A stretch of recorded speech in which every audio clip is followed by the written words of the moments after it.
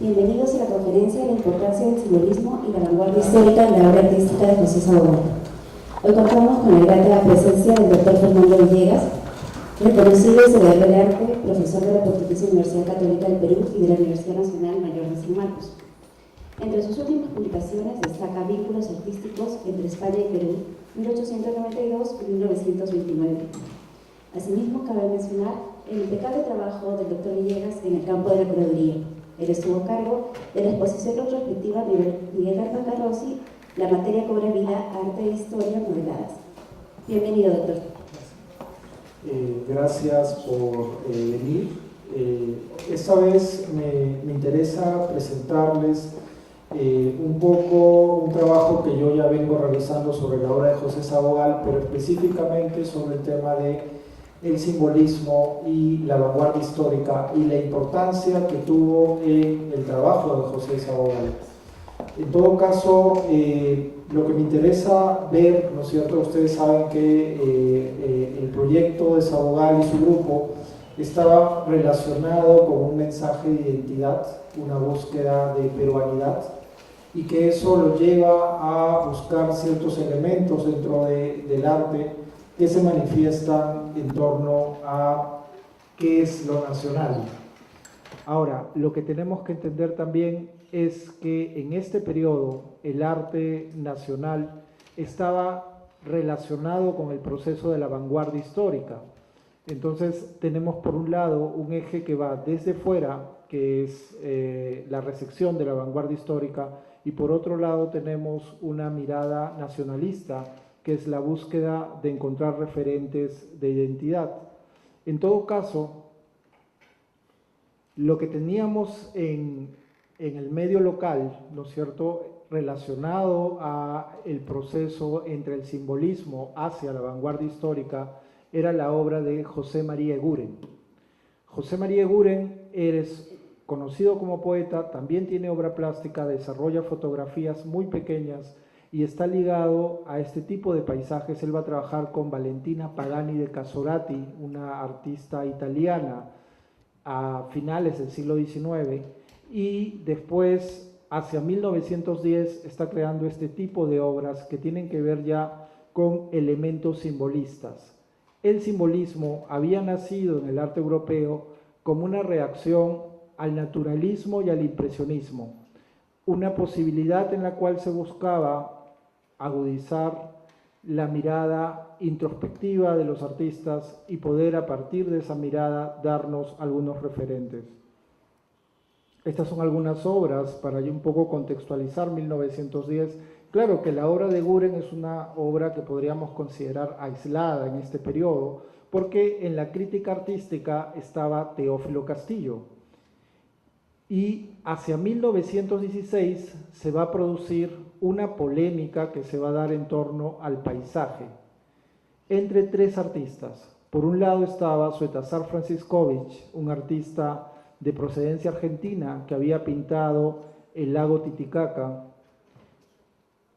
Estaba Rourauk Sandamberro, que era un artista con tendencias simbolistas y que estaba apoyado por Abraham Valdelomar, por José Carlos Mariátegui, pero el Mariátegui de la Edad de Piedra, que escribía bajo el seudónimo de Juan de Croniquier. Esta obra de Rourauk Sandamberro, es un artista español, fue publicada en Colonilla, que es la revista de Valdelomar. La polémica se desató en torno a la crítica artística. Teófilo Castillo, desde Variedades, dijo que la obra de Oxandamberro no era una obra importante, que era una obra que evadía la realidad y que no necesariamente representaba lo que él manifestaba, que era una suerte de naturalismo e impresionismo, que era lo que él avalaba dentro de la crítica artística y lo que él mismo hacía a través de sus paisajes. En todo caso, Castillo estuvo vinculado a la obra de Franciscovich, y quienes hablaron en la crítica artística a favor de Rourauk Sandamberro fue José Carlos Mariátegui y Valdelomar. El propio Castillo, siendo director artístico en Variedades, puso esta obra de Francesco Sartorelli, un artista italiano, titulada Mañana Gris en Variedades en 1916, diciendo el verdadero naturalismo impresionista que él tenía que defender. Sin duda, si seguimos un poco el desarrollo del arte, podemos seguir lo dicho por Mirko Lauer, cuando aparece el tema de la representación indigenista, o sea, el cambio entre Teófilo Castillo y José Sabogal. Lo dicho sobre el indio es aplicable por extensión al universo rural en su conjunto. El tránsito del paisajismo de la segunda década del siglo, del indigenismo de la tercera y parte de la cuarta, no solo trae la llegada del tema del indio a la pintura, sino también una modificación sustancial de ese paisaje, que pasa a ser un escenario natural a ser un escenario social, en el que cumplen un rol importante la pintura de arquitectura andina. En sí, si nosotros vemos el tipo de paisaje que alentaba Teófilo Castillo, este es el paisaje que hace en 1920, antes de autoexiliarse en Tucumán, Argentina. Este es un paisaje del Huascarán. El propio Castillo en sus crónicas menciona que estuvo en el lago del Huascarán y estuvo en la madrugada para poder captar los efectos de la luz y los contrastes que esto producía frente al agua, a Yanganuco. En todo caso, lo que dice Lauer es que el tipo de paisaje que estaba realizando José Sabogal era un paisaje vinculado a elementos simbolistas, por tanto, construcciones simbólicas. Y en este caso, podemos decir que José Sabogal, ya desde el comienzo de su carrera, hacia 1916, está realizando en Jujuy, Argentina, una primera exposición con temas de paisaje. Es el propio Castillo que lo presenta en Variedades y nos dice: José Sabogal, de quien aquí se inserta el retrato, es otro nuevo pintor nacional que surge en el horizonte argentino. El provincial de Jujuy le consagra entusiastas elogios con motivo de la exposición de sus paisajes. Esto lo está diciendo en 1916.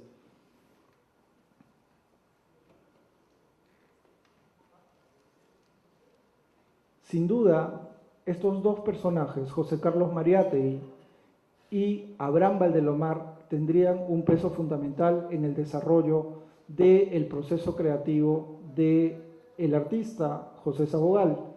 En todo caso, tenemos que entender la figura de José Sabogal, de José Carlos Mariátegui, vinculado al proceso de las vanguardias. Desde 1919, él había viajado a Italia, había conocido a Marinetti. Marinetti incluso tiene una fotografía autografiada por el propio Marinetti, y se dedicó a escribir sobre la vanguardia histórica. Mariátegui tendría una recepción, en un primer momento se acercaría al futurismo, al cual luego rechazaría por su vinculación al fascismo. Después estaría más vinculado al expresionismo y al surrealismo. Conocería la obra de Petorruti, del pintor argentino Petorruti.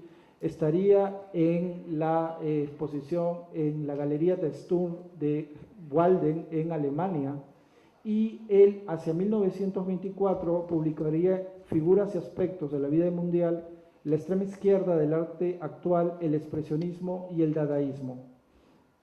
En todo caso, tenemos que Valdelomar, o sea, los dos protagonistas de esta crítica que hubo hacia 1916 en torno al paisaje, lo podemos ver también en la figura de Valdelomar. Valdelomar va a ser, de alguna manera, va a ser conocido con José Sabogal cuando José Sabogal está regresando de Jujuy en un viaje que primero está en el sur andino, se queda 6 meses en Cusco.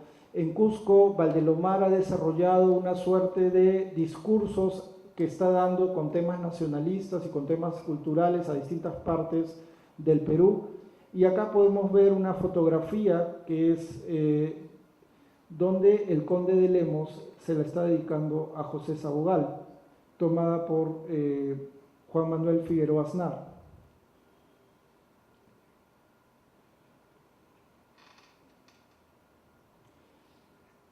Ahora, lo que tenemos que entender también es que en relación a las diferencias con el impresionismo, el naturalismo, que era lo que proponía Teófilo Castillo hacia 1920, lo que se introduce a través del paisaje de José Sabogal es una manifestación vinculada, por ejemplo, a los nocturnos. Acá yo les he traído algunos ejemplos de 1921, uno que está basado incluso en una portada que es la carátula de Una Lima que se va de José Gálvez, y luego tenemos a Juan Limeño. ¿Por qué era la importancia de los nocturnos para el arte simbolista? Había una lógica. Si los impresionistas eran artistas de la luz, lo que se buscaba era lo opuesto. Si se quería caracterizar la sensibilidad humana, y en este caso podemos entender que hacia 1880 la pintura de noche adquirió efectos característicos debido a la influencia, por ejemplo, de artistas como Whistler, quien inventó un tipo de composición que bautizó como nocturno. Sus cuadros, Nocturno Azul y Oro, Valparaíso, de 1866, con suaves matices y contornos difuminados, escandalizó al público acostumbrado a colores brillantes y formas precisas. Se estableció una visión atmosférica, fantasiosa y delicada de la ciudad moderna. Se buscó un estado meditativo y evocador. Se había planteado el nocturno como un fenómeno específicamente urbano. Un motivo era el alumbrado de gas que había transformado a la ciudad. Ahora, el término nocturno específicamente en el siglo XIX estaba más vinculado a las piezas musicales. Hacia 1801, Beethoven todavía designaba sonata al claro de luna. Sería el compositor irlandés John Field quien en 1814 estrenó el primer nocturno en Moscú. Entre 1827 al 46, Frédéric Chopin estrenó sus 21 nocturnos. Esto es tomado un poco de una exposición que hubo en España vinculada a los artistas que utilizan la luz y la luz nocturna para sus obras. En sí, otros artistas, por ejemplo, en el caso español, podemos citar a Eliseo Meifrén. Eliseo Meifrén fue uno de los pintores que más cultivó el nocturno, incluso abandonó algunos planteamientos de sus colegas de la Escuela Luminista de Sitges, que nunca quisieron pintar la oscuridad. Otro artista vinculado a la representación de nocturnos fue Darío de Regoyos, quien había conocido a Whistler en 1884 en el Salón de los 20. Cabe mencionar que el Salón de los 20 es un salón vinculado a la esfera simbolista. Los efectos de noche en puertos y playas eran los temas preferidos realizados desde 1885. Acá lo que vemos es la presencia de los elementos simbolistas. Esta es la primera exposición. Este cuadro, el Tambo Nocturno, les he puesto el costo del cuadro porque en realidad no era un precio menor. Paisaje estridente en apariencia, pero refinado, es lo que le dijo Teófilo Castillo en 1919 a este nocturno presentado por José Sabogal. Otros ejemplos, de 1921, el Patio Azul.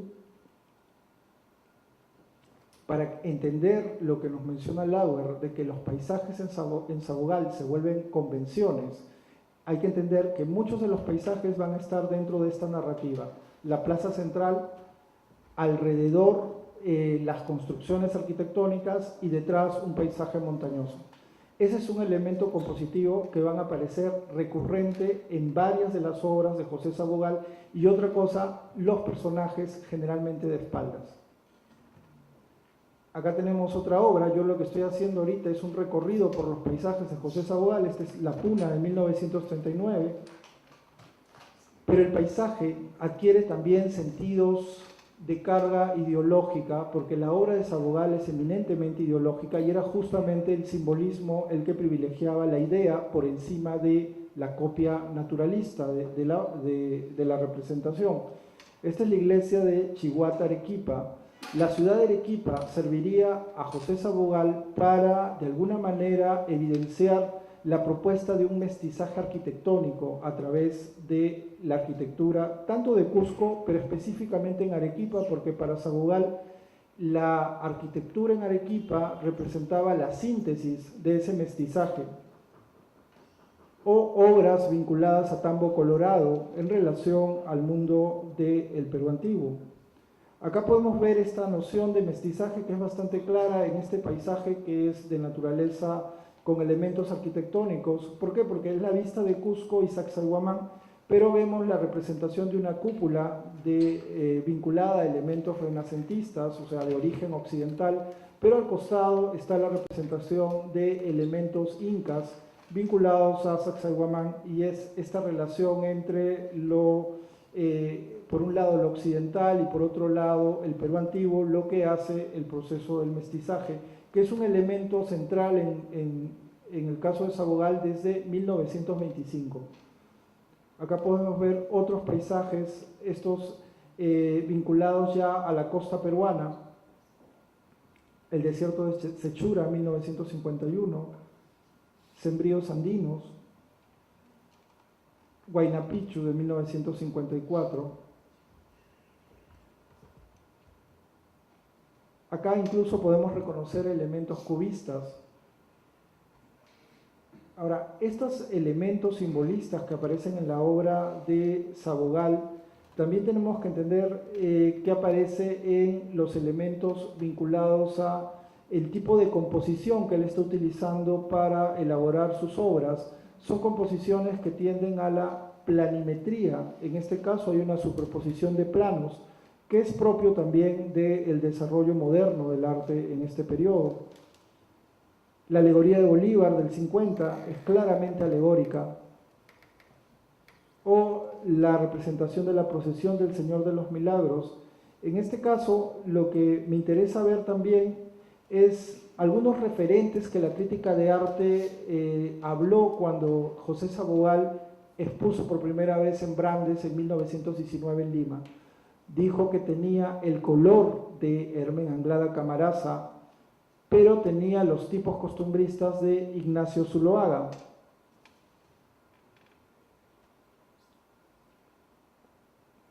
Quería mostrar, pero no voy a poner esta referencia que Sabogal lo hace en los años 30, está vinculada a otro elemento que es importante en la obra de José Sabogal. Ya he hablado del paisaje simbolista como un elemento presente durante todo el desarrollo de su producción artística, pero hay otro elemento que es el expresionismo. Y en este caso me interesa ver, porque claro, a Sabogal, César Moro, Mercedes Gallagher de Part, lo acusaron de pintor de lo feo, ¿no? Y en ese caso, por ejemplo, podemos mencionar lo que dice Mercedes Gallagher de Part en La Mentira Azul. Se siente obligado a amar al indio, pero como pintor genuino que es, solo le gustan verdaderamente en él los rostros de rasgos puros y regulares de las muchachas, aquellos de fuertes líneas de algunos hombres y el magnífico policromado de las indumentarias. Cuando pinta tales temas sobresale y produce obras magníficas, pero a menudo se siente obligado por hacer indigenismo, a tratar temas desprovistos de verdadero interés pictórico, y entonces la pícara empatía reprimida se venga, haciendo brotar de su inconsciente esas deformaciones indigenoides que calumnian a los indios sobre pretexto de ensalzarlos y que tan fervorosamente imitan sus discípulos. Siente en general antipatía y desdén por nuestros mulatos costeños, aunque suelen ser tipos tan simpáticos, pues lo demuestran ciertos estudios de la procesión del Señor de los Milagros,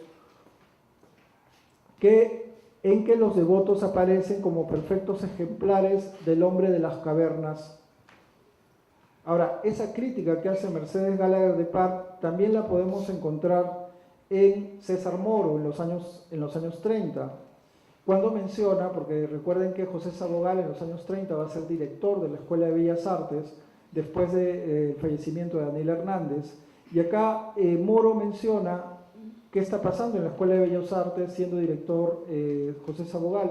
La Escuela de Bellas Artes en el Perú es el baluarte más fuerte de la anodina tendencia De ellas salen año tras año hasta la náusea las innumerables mantenedores del arte cretinizante, los que creen cumplir con la misión profundamente transformadora del arte, devorando diariamente su ración de indio al óleo. Esto lo dicen los anteojos de azufre. Acusa a los indigenistas de exportadores del indio turístico que solo ven al indio de la colonia y lo pintoresco y no creen en la actualidad del indio por no dejar sus colorinches. En todo caso, creo que la mejor respuesta la puede dar el propio José Sabogal cuando él nos habla de por qué está haciendo y qué es lo bello para él. Sabogal diría en los años 30, y ahora al tratar de lo bello se hace necesaria una digresión explicativa del arte moderno en la actualidad. La belleza debe considerarse como algo relativo y con marcadas diferencias dentro de la raza y las condiciones económicas del que enjuicia. Para nosotros es feo lo que no tiene espíritu, lo que está carente de carácter. Esas pinturas de artistas adocenadas que no dicen nada, que fotografían con la mano sin otra tendencia que la de hacer cosa bonita, sin preocuparse del verdadero sentido artístico, que es construcción y búsqueda de nuestro verdadero rumbo expresivo. Eso que muchos dicen lindo es lo que nosotros llamamos feo. No puede ser feo un indio pintado tal como es, con toda su expresión, con toda su alma, aunque en algunos casos se exagere la nota, porque esa exageración está diciendo la realidad constructiva del arte moderno. Nosotros estamos poniendo en evidencia al Perú en todas sus formas, en el paisaje, en la figura humana, en el negro, en el indio, en el mestizo. Vamos dando al Perú entero tal como es en realidad y en esta forma vamos haciendo labor eminentemente constructiva, apoyados en la tradición artística de nuestro pasado y encarnando en nosotros una corriente nueva con giros definidos hacia la más pura concepción del arte. Entonces, esto es importante que lo tengamos en cuenta porque creo que engloba un poco una respuesta a ambas críticas. En todo caso, la propuesta de retratos expresionistas en la obra de Sabogal estaría desde el comienzo de 1919, cuando, por ejemplo, Teófilo Castillo menciona de que José Sabogal está en la redacción de Variedades y se pregunta, en días pasados, 1919, José Sabogal ha venido de Cusco, recién va a exponer en Brandes, un compañero nuestro rechazaba como modelo a una niña nada pródiga de belleza, pero en cambio muy espiritual. Él, Sabogal, expertísimo, se apresuró a comprometerla y de su cuerpo plasmó en breves horas sobre la tela una maravilla de carácter y valor racial. Es aquella que figura en el catálogo de su salón bajo el nombre de cepa criolla. Entonces ya vemos que desde 1919 Sabogal tiene una preocupación que es en realidad no captar lo bonito, sino representar el carácter y la posibilidad de enunciarse a través de, digamos, un valor mucho más vinculado a la idealización que era propia del expresionismo. El expresionismo, que está vinculado al arte del norte y que tiene como representantes a dos escuelas, el Puente y el Jinete Azul, y que había desarrollado, por ejemplo, la silografía, en el caso del Puente, podía entender, si nosotros analizamos, por ejemplo, a Worringer, que el arte del norte tenía una distinta mirada que los artistas del sur, y esa mirada no solo estaba presente en el desarrollo de las vanguardias, sino que había estado mucho antes. Había estado en las silografías de Durero, había estado en el patos del retablo de Ixegen. Entonces tenemos que hay muchos elementos que de alguna manera enunciaban esa mirada introspectiva, esa componente espiritual que el expresionismo tenía. Y ahí tenemos que establecer el puente con José Carlos Mariátegui. Mariátegui ha regresado, está en Lima, y Mariátegui conoce a Walden, que era el que conducía la Galería de Sturm, y ahí es donde de alguna manera se puede vincular, ¿no es cierto?, las propuestas tanto de José Sabogal como las de José Carlos Mariátegui.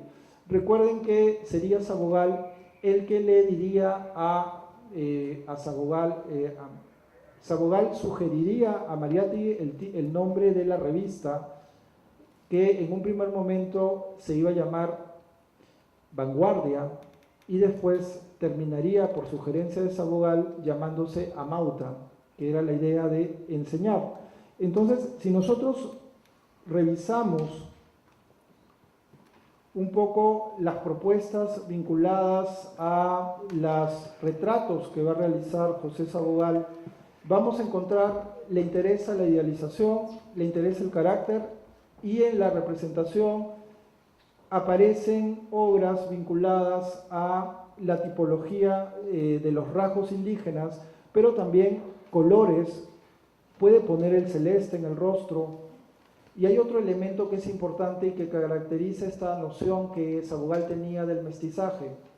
Yo les he puesto la fotografía del personaje representado, este es Luis Alberto Sánchez en 1927, pero lo que vemos es que hay una diferencia notoria entre la imagen fotográfica y el retrato. Sabogal indigenizaba a sus retratos. ¿Por qué indigenizaba sus retratos? Acá pueden ver a su discípulo Enrique Camino Brent, es 1931, y vemos que el retrato de Sabogal tiene pómulos salientes y tiene una nariz aguileña más vinculada al mundo indigenista. Había una noción de complementariedad en la obra de Sabogal. Sabogal buscaba que los peruanos tuviesen una noción o una sumatoria del mestizaje. Entonces, aquellos artistas que de alguna manera fenotípicamente podrían ser blancos, eran representados con sus características indígenas como parte de esa peruanidad. Es como somos parte de distintas razas, o sea, somos una mezcla de varios elementos. Esto también se puede ver, por ejemplo, en unos comentarios que hizo una alumna de la Escuela de Bellas Artes.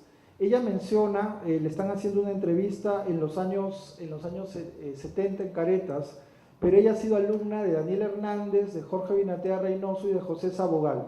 Ella estaba pintando a su hijo. Recuerdo un día cuando llevé a la escuela a mi hijo, lo estaba retratando con un abriguito verde. El maestro Hernández y Binatea me dijeron que estaba bien, que no le hiciera nada más. Sabogal vino y me pidió la paleta. Se la di. Cogió el pincel y de un brochazo le cambió la nariz a mi hijo y se la dejó convertida en una de esas narices de sus indios. El pequeño se puso a llorar.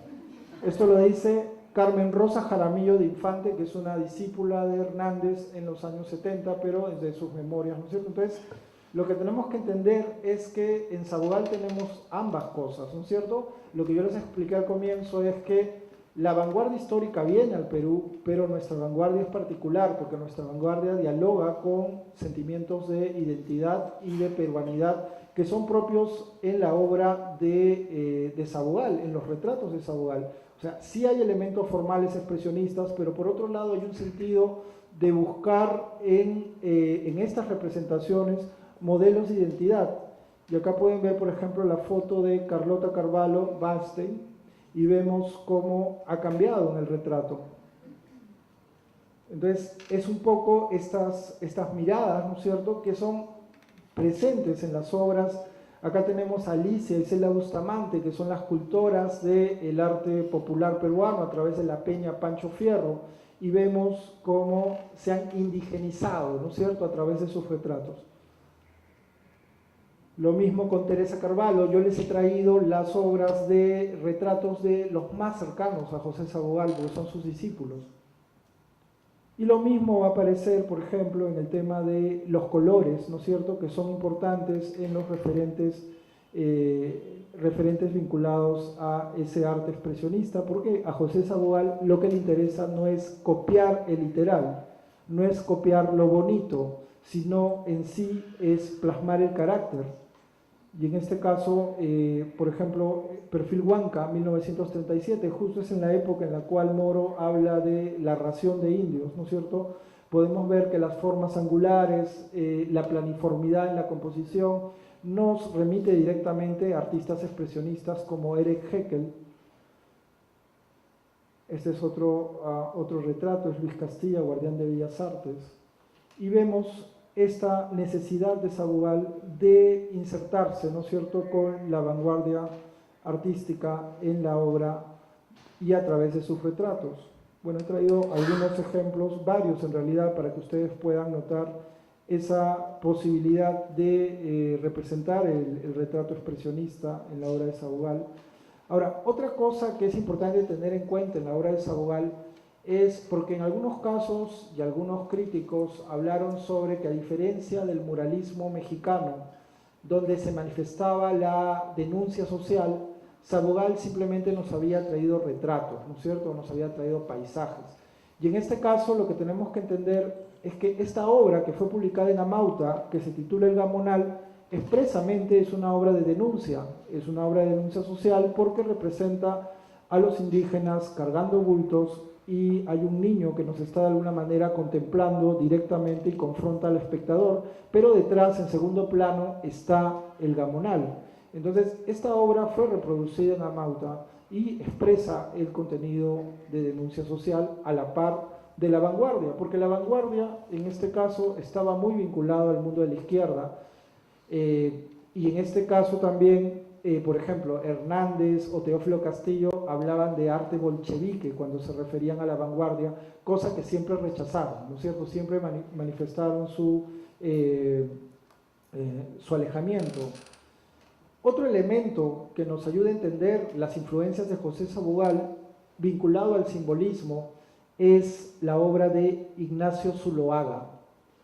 Zuloaga sería un artista que en España rescataría la obra del Greco, haciendo procesiones en Barcelona. Pero, ¿qué era lo que había visto Zuloaga en la obra del Greco? Había visto su carácter simbolista. Cuando nosotros comparamos la obra, yo les he puesto el Barayón de Chincheros, junto con Ignacio Zuloaga, El Anacoreta, el paisaje que construye Zuloaga en sus obras son paisajes convencionales, son de naturaleza simbólica, no son realistas. Lo mismo está haciendo José Sabugal, pero lo está haciendo de dos maneras. El paisaje es simbolista y el retrato es de naturaleza expresionista. El Barayón de Chincheros no representa un retrato específico de un personaje, sino que representa el jefe o autoridad del pueblo, de la comunidad en su conjunto.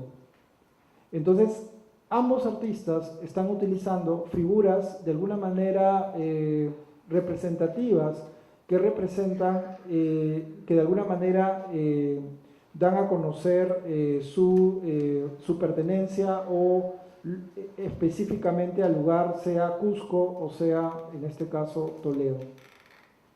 Estos son ejemplos también vinculados a la obra de Sabugal con temas, el Barayoc. Esta es una obra que en los años 30 causó mucha polémica por el tema de representar lo feo, ¿no es cierto? Esto también me hace recordar a otra escultora importante de la década del 20, que es Saco. Ella hace también temas vinculados al mundo indígena, y lo que ella quería proponerse era romper ese canon de lo bonito, de lo bello, a través de poder representar la estructura corporal del cuerpo indígena, tal como era distinto al occidental. Ahora, otro elemento que también tenemos que ver es el retrato simbólico. Y el retrato simbólico en la obra de Sabugal se enuncia a través de Garcilaso. Garcilaso sería un componente alegórico importante, y lo podemos ver en los murales que hace en 1945 en el Hotel de Turistas de Cusco, actual Sociedad de Beneficencia Pública de Cusco. Vemos la figura de Garcilaso y vemos elementos que son alegóricos en su obra.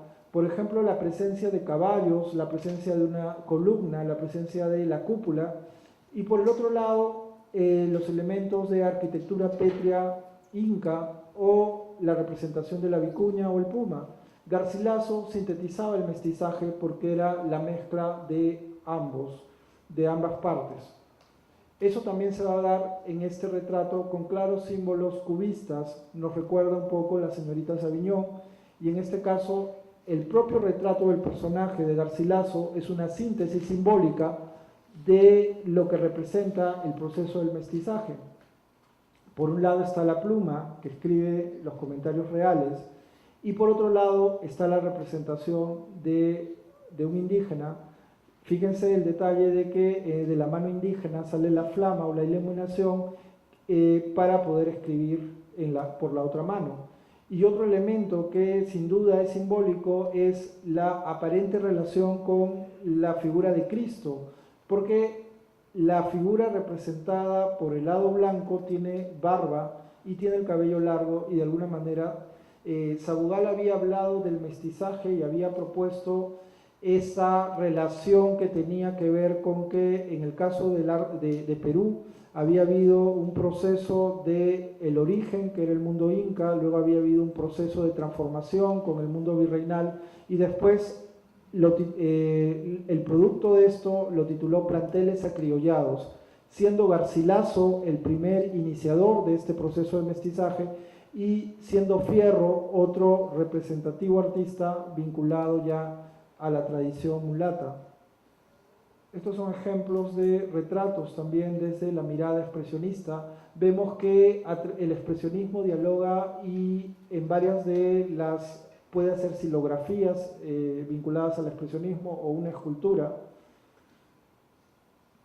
Estos son algunos ejemplos. Otro elemento alegórico importante y que muestra esta naturaleza simbólica en la propuesta de José Sabugal sería la importancia que le concedió a la fuente de Arones. La fuente de Arones, que esta es una fotografía de época, englobaba un poco la idea del mestizaje. Si ustedes ven la fuente de Arones, que es una fuente en la ciudad de Cusco, vemos que en la parte superior tiene una cruz cristiana y luego tiene un elemento antropomorfo que puede estar vinculado al mundo del Perú antiguo. La mezcla de ambas evidenciaba el componente mestizo de la ciudad de Cusco. Cusco con paredes pétreas en una parte y en la parte superior elementos occidentales. Y en sí, cuando cambiaron esta fuente, Sabugal habló para el barrio de Santa Ana o Carmenca, de antigua y famosa recordación incaica. La fuente de Arones era el prólogo plástico o también, volviendo al Cusco, era el epílogo de la barriada. Allí comenzaba y allí acababa la impresión intensa de un barrio de ensueños y de un barrio de brujas. Lo que en Santa Ana tenía movida cusqueña lo han extirpado, lo han arrancado con saña bárbara. La mariangola debió tocar a rebajo el día en que se cometió el atentado. Esta campana famosa y la humilde fuente de Arones son huacas que tienen el mismo profundo valor popular. ¿Qué contraste más grande con la insulsa fuente de la Plaza Mayor? Esa figura ridícula de piel roja enseñoreando en el corazón del Cusco, como precursor de la barbarie que se ensañara con la mujer de piedra, con la mujer cusqueña de la fuente de Arones, no existe ninguna razón que no sea subsanable para restituir a su mismo lugar, a su domicilio legal, tal como se encontraba antes ese pedazo del alma urbana del viejo e interesante Cusco. Esto lo dicen en 31. Y vemos que esa configuración de vincular al mundo mestizo se puede ver a través de este paisaje, donde es un paisaje urbano con elementos arquitectónicos, se titula Cusco en 1925, aparece la fuente de Arones y aparecen los muros pétreos incas con los elementos occidentales. Esta es otra obra de la fuente de Arones de 1925, entonces era un elemento recurrente e importante para su obra, y acá tenemos una silografía también con la fuente de Arones.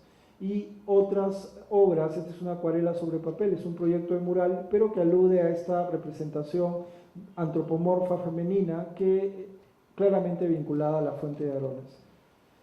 Otro elemento donde radica el simbolismo en la obra de Sabugal serían los murales que haría para el Panteón de los Próceres.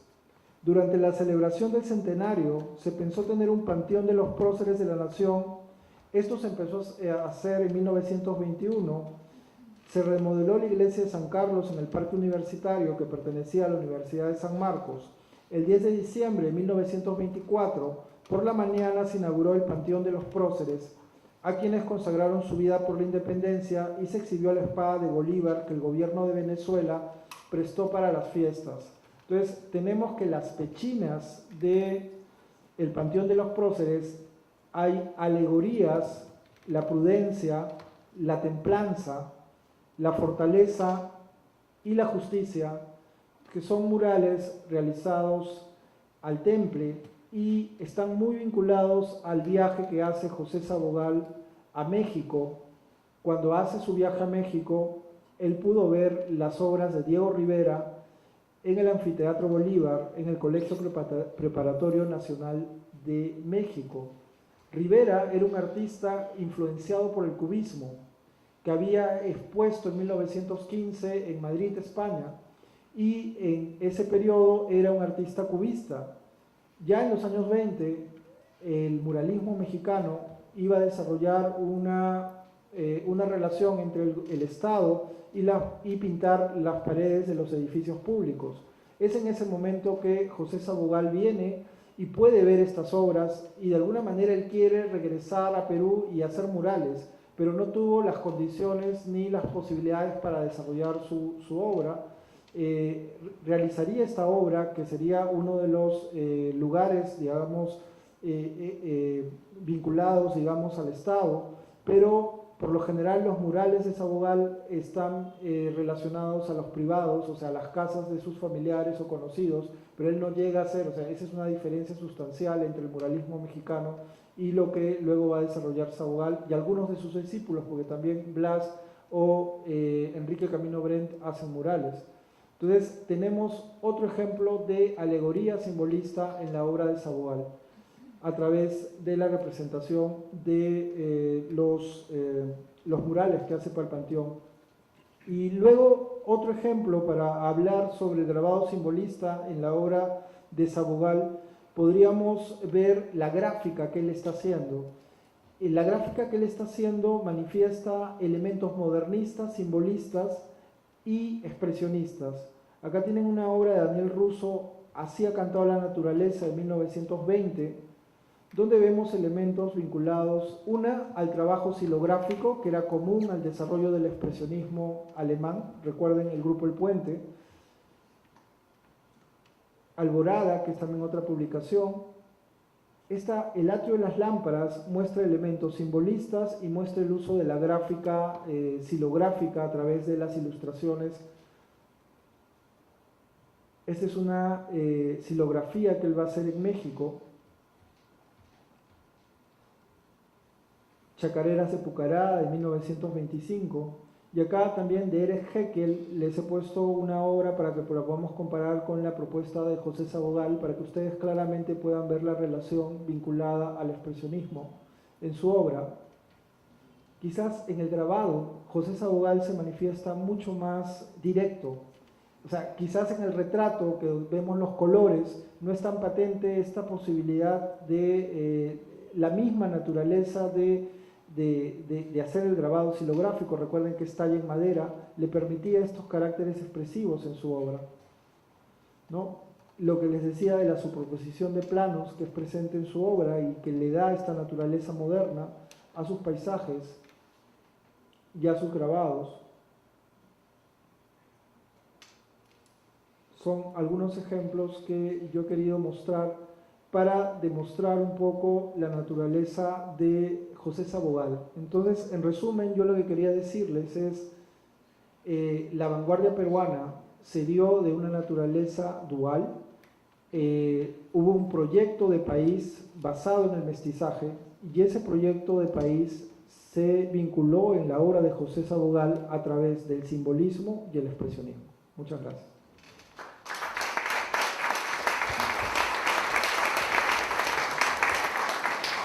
¿Tienen alguna pregunta?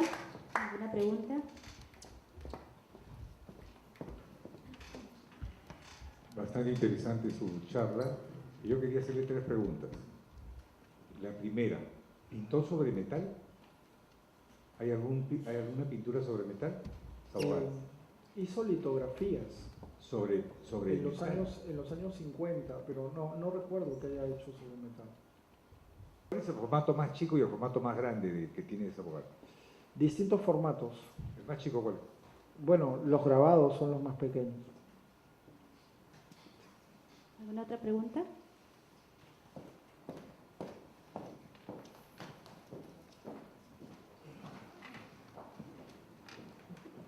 Agradezco su exposición. Mire, yo soy cholo y en esta hora que he estado acá me deprimo. Me viene un pintor, Sabogal, y enseña lo feo de nosotros.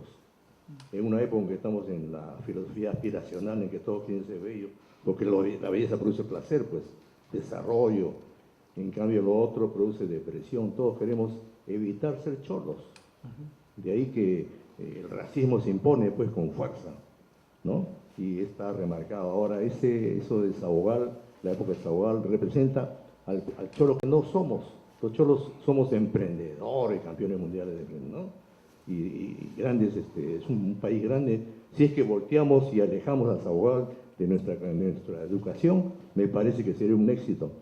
Y más bien exaltar lo bueno que podamos tener y no agudizar más el contraste para que se diga, tenemos razón en despreciar al cholo de M, porque mira qué horrible, qué feo, dibujado en cororinches, dibujado de espaldas, de una arquitectura en que estaba pues la maravilla del Palacio de Versalles, y acá estábamos atrasadísimos, primitivos.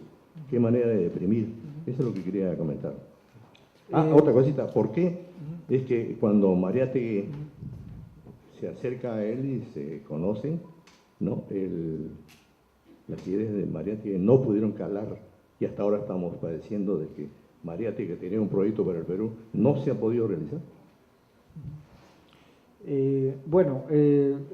Digamos, el tema de lo feo y el tema de lo bello, ¿no es cierto? Ese es un tema que en realidad es un tema que tiene que ver y que tenemos que pensar en el concepto de lo moderno. Y el concepto de lo moderno, yo pensaría en Goya, ¿no? Y pensaría en que cuando se habló de Goya y cuando Goya empieza a hacer las series de La Quinta del Sordo, él empieza a explorar otros elementos de la naturaleza humana, como la soledad, la rabia, la locura. Y la pregunta sería, ¿el arte solo tiene que expresar lo bello? Entonces, respondiendo un poco a la pregunta sobre Versalles, ¿no es cierto? Lo interesante de los modernos es que empezaron a descubrir otra estética que era el aquí y el ahora. Esa naturaleza de pensar en el aquí y el ahora les empezó a hacer entender de que el arte tiene la capacidad de representar todos los aspectos de la naturaleza humana, y nos guste o no nos guste, no todo en la naturaleza humana es bella.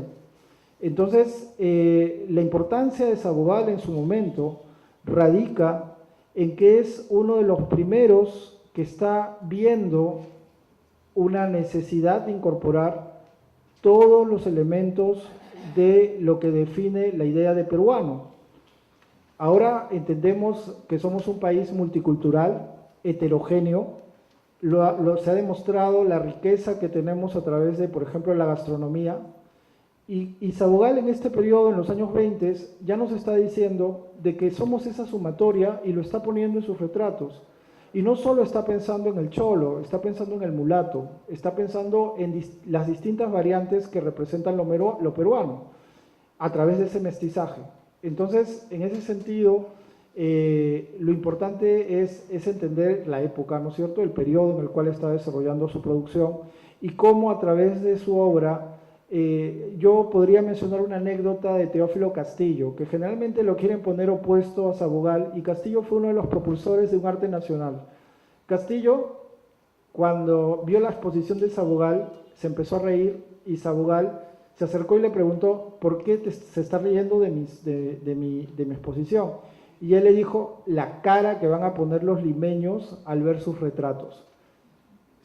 Castillo le hizo la mejor crítica a Sabogal, dijo que Flores, que era su discípulo, había quedado empequeñecido frente a los paisajes de José Sabogal. O sea, fue y Sabogal, en gratitud, le regaló el Carnaval del Tílcara, que era uno de los cuadros que había pintado en Jujuy, Argentina, y que es uno de los primeros con temas costumbristas indígenas. Entonces, lo que tenemos que entender es eso, ¿no es cierto? Los artistas de este periodo y los artistas modernos se están nutriendo de una estética que de alguna manera ni Mercedes Galaer de Par lo pudo entender, ni Moro lo pudo comprender en su, digamos, vio lo de afuera, vio lo externo, pero no vio el sentido interno. Y en el sentido interno había un contenido ideológico muy fuerte en Sabogal. Por eso es la noción también de José Carlos Mariátegui. Por eso le dice que tú eres el primer pintor peruano. Pero se lo dice porque en ese sentido le dice, no ha habido antes nadie que haya pintado al Perú. Y en este caso eso se lo dice en Amauta. Pero claro, Mariátegui se corrige y dice, bueno, pero tú vas a decir de que seguro alguno de los indios de la serranía que hace mates es el primer pintor peruano. Pero en todo caso, ¿qué es lo que reconoce Mariátegui en Sabogal?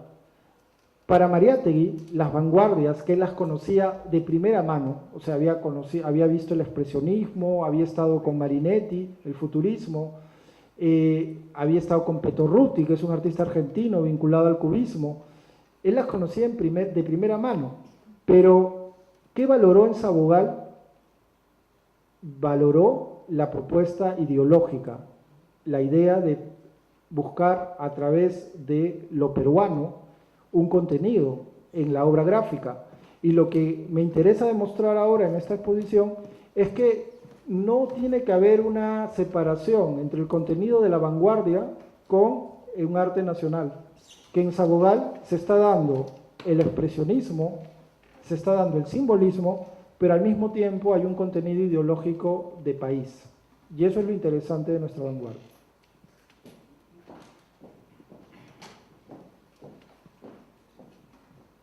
Buenas noches, gracias por la exposición.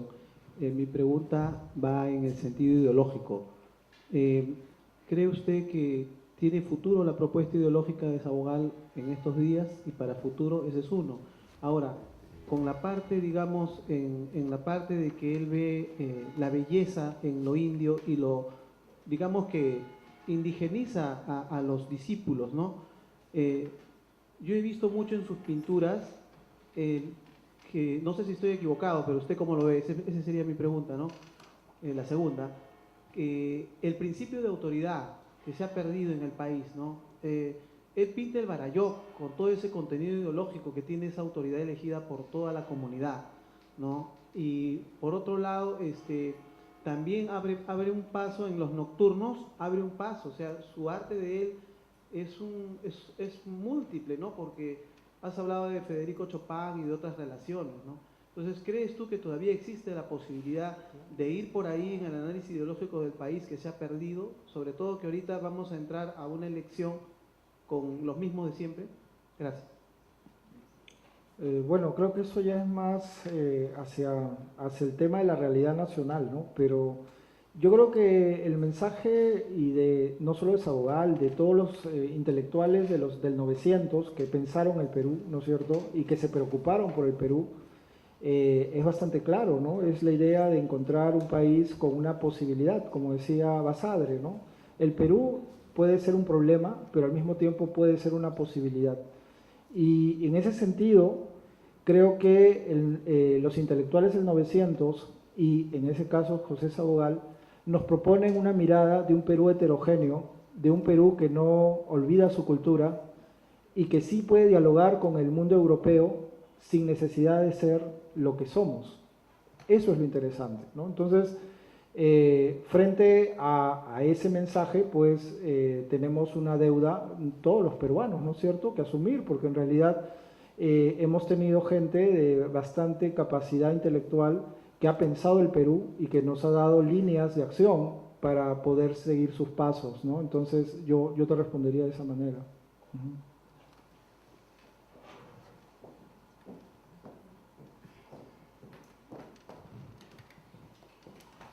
Sí, muy buenas noches. Usted habló al comienzo, hizo referencia a Sabogal, me parece que expresaba, bueno, sobre sus viajes a Argentina, Jujuy, también dijo de Tucumán, ahora que está en boga de lo que son los exilios. Usted dijo de que se autoexilió en Tucumán, eso no sé. Castillo. Por Castillo. Teófilo Castillo. Me equivoco. Ya, esa era la observación, gracias. Sí. Bueno, si queremos hablar de exilio en José Sabogal, Sabogal cuando crea el Instituto de Arte Peruano en el 31 y en el 46 como que de alguna manera lo han aislado en la Escuela de Bellas Artes, él empieza a trabajar con sus discípulos en el Museo Nacional de la Cultura Peruana y es un trabajo, van a ser casi 250 acuarelas, van a ser la colección oficial de arte popular porque van a recorrer todo el sur andino, Sabogal va a publicar obras, pero podríamos decir que era una especie de exilio, un exilio interior a través del museo, porque en realidad el proyecto continuaba, pero era un proyecto cerrado, ¿no es cierto? Buenas noches y gracias por la exposición.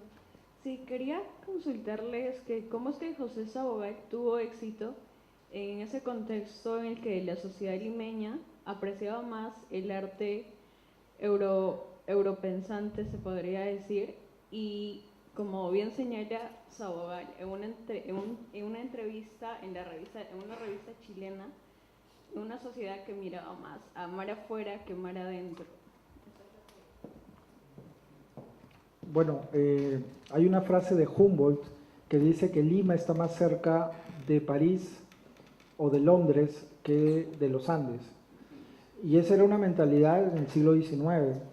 Pero en torno a la idea de nación, ya tenemos desde Teófilo Castillo en la crítica artística en el 900, que está apelando a un arte nacional.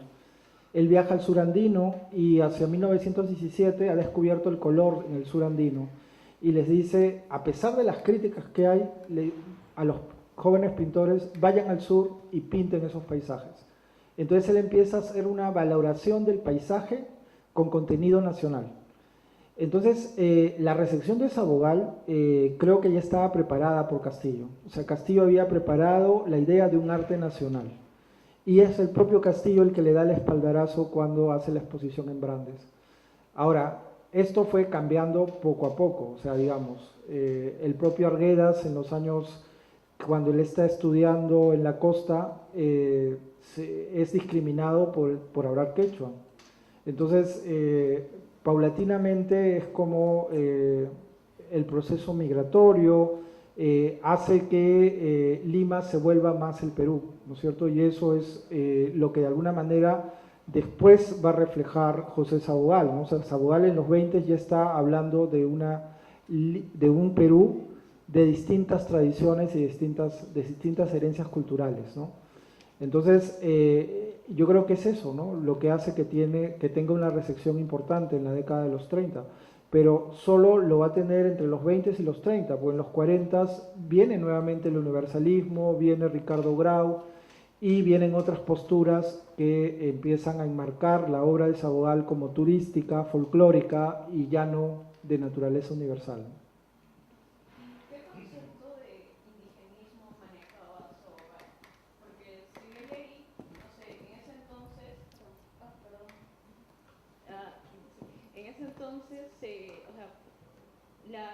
La definición de indigenismo variaba entre época y época, y eso es lo que quería preguntar. Sí, sí la he escuchado. Mira, es que en realidad indigenismo fue un mote que le pusieron y fue un insulto en realidad para él. Él hablaba de peruanismo y esta idea de indigenismo nació ya en los años 30.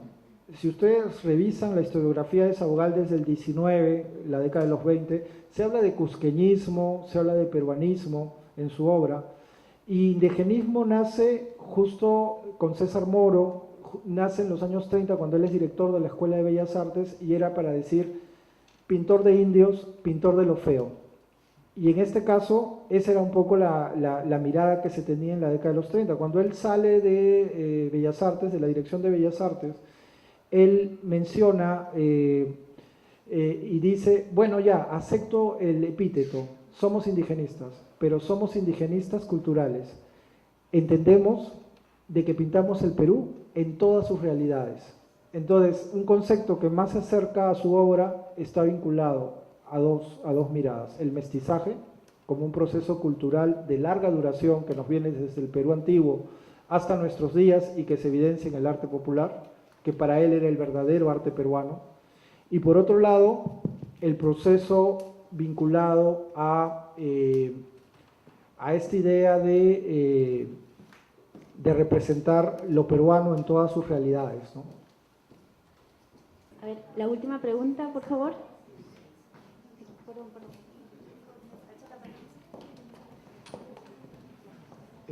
Quisiera saber si usted ha hecho algún estudio específico sobre el Baralló de Chincheros. Es una pregunta. Y la otra pregunta es, ¿qué opina sobre el neoindigenismo que se está dando acá en el Perú? Con toda esta explosión de la gastronomía. O sea, el indigenismo no se va a, ¿cómo se llama?, a hacer como antes, ¿no? Ahora, las nuevas expresiones indigenistas, la selva, todo esto que está yendo a Arco, ¿qué opina de todo eso?